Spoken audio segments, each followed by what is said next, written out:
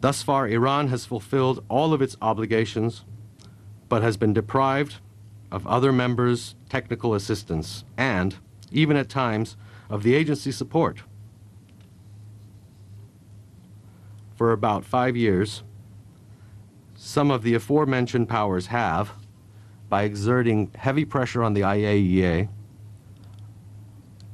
attempted to prevent the Iranian nation from exercising its rights. They have derailed Iran's nuclear issue from its legal tracks and have politicized the atmosphere to impose their wishes through taking advantage of all their potentials. The government of Iran spared no effort to build confidence, but they were not satisfied with anything short of the complete halt of all activities,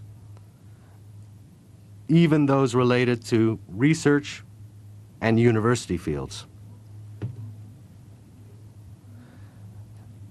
They were only after depriving the Iranian people of their inalienable rights, even to the extent that those centers not involved in the fuel cycle or not in need of supervision by the agency were closed. After 3 years of negotiations and attempts to build confidence, the Iranian nation came to the firm belief that the main concern of these powers is not the possible deviation of Iran's nuclear activities, but is to prevent its scientific progress under this pretext. And if this trend continues, there will be no possibility for Iran to enjoy its rights, not even in the next 20 years.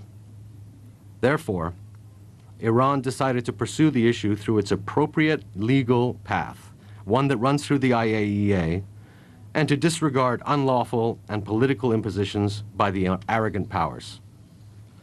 In the last 2 years, abusing the Security Council, the arrogant powers have repeatedly accused Iran and even made military threats and imposed illegal sanctions against it.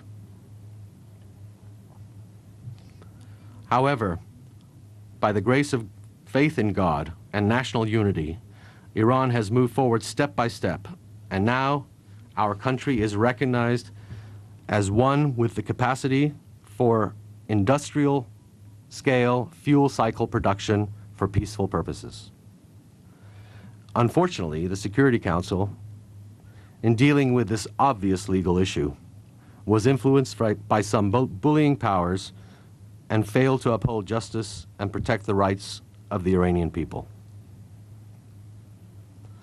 Fortunately, the IAEA has recently tried to regain its legal role as supporter of the rights of its members while supervising nuclear activities. We see this as a correct approach adopted by the agency. Previously, they illegally insisted on politicizing the Iranian nation's nuclear case. But today, because of the resistance of the Iranian nation, the issue is back to the agency.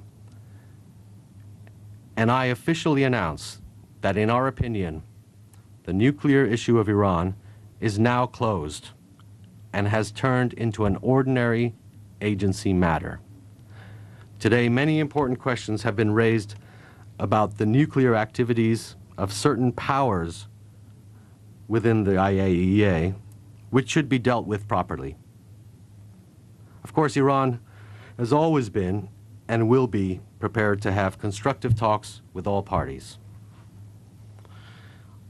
I would like to thank all the nations and countries that during this difficult period defended the legal rights of my nation and motherland, and I also want to appreciate the members of the non-aligned movement, our friends in the Security Council and in the IAEA's Board of Governors, the committed and law-abiding experts of the agency and its Director General for their standing by the law.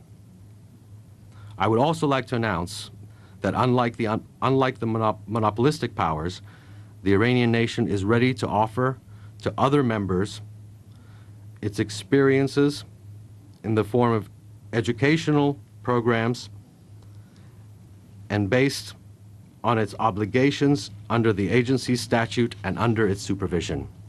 Now, I would like to address those who have shown hostility toward the Iranian nation for about 5 years.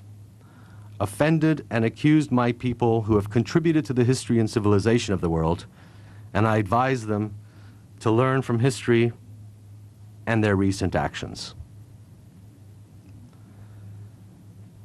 They badly mistreated the great Iranian nation, but they should be careful not to inflict the same on other members of international organizations, and not to sacrifice the dignity of international organizations for the sake of their unlawful wishes.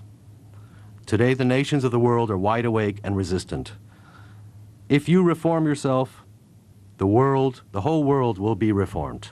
Nations are inherently good and can coexist peacefully.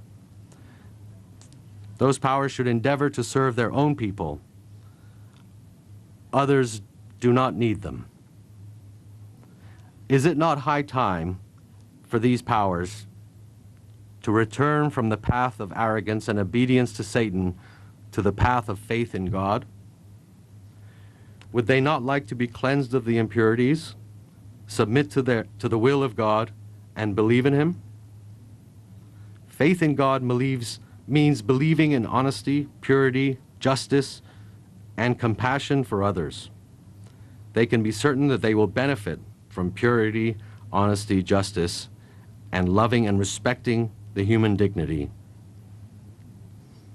They can also be certain that such values are more and more considered appropriate, valuable, and beautiful by the nations of the world. This is the invitation of all the divine prophets, from Adam to Noah, Abraham, Moses, Jesus Christ, and Muhammad, peace be upon him.